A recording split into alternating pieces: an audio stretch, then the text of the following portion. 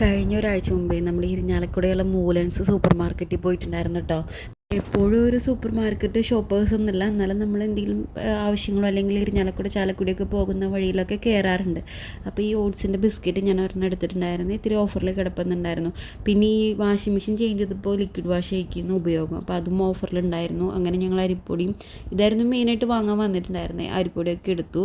പിന്നെ ഇപ്പോൾ കുറച്ച് നാളായിട്ടേ ഞാൻ ആലോചിക്കുന്ന ഒരു കാര്യമാണ്, പണ്ട് നമ്മൾ ഒരു ടീനേജിലൊക്കെ വളയും മാലയോടൊക്കെയാണ് ഒരു ക്രേസ് ഉണ്ടാവുക. അങ്ങനെയുള്ള കടകളൊക്കെ കാണുമ്പോൾ നമുക്കൊരു ത്വരയാണ്. പക്ഷേ ഇപ്പോൾ അതൊക്കെ മാറിയിട്ടുണ്ടല്ലോ, ഈ തള്ള വൈബ് ആയിന്ന് എനിക്ക് തോന്നുന്നു ഇതൊക്കെ കാണുമ്പോൾ. ഈ വക ഐറ്റംസ് കണ്ടാൽ പിന്നെ ഞാൻ നാഗവല്ലി ആവും കേട്ടോ. ഇപ്പോൾ ഇതൊക്കെ കാണുമ്പോണ്ടല്ലോ കൊതിയാവും, എല്ലാം നമുക്ക് വാങ്ങിക്കണം എന്നുള്ളൊരു ചിന്തയാണ് ഇപ്പോൾ മനസ്സിൽ വരുന്നത്. ഇങ്ങനെയുള്ള കാര്യങ്ങൾ, ഈ ബോട്ടിൽസ് കണ്ടോ, ഇതെനിക്ക് ഭയങ്കരമായിട്ട് ഇഷ്ടപ്പെട്ടു. ഇനി പോകുമ്പോൾ അത് വാങ്ങിക്കാൻ ഞാൻ നോട്ടിട്ട് വെച്ചിട്ടുണ്ട് കേട്ടോ, കഴിഞ്ഞില്ലെന്നുണ്ടെങ്കിൽ.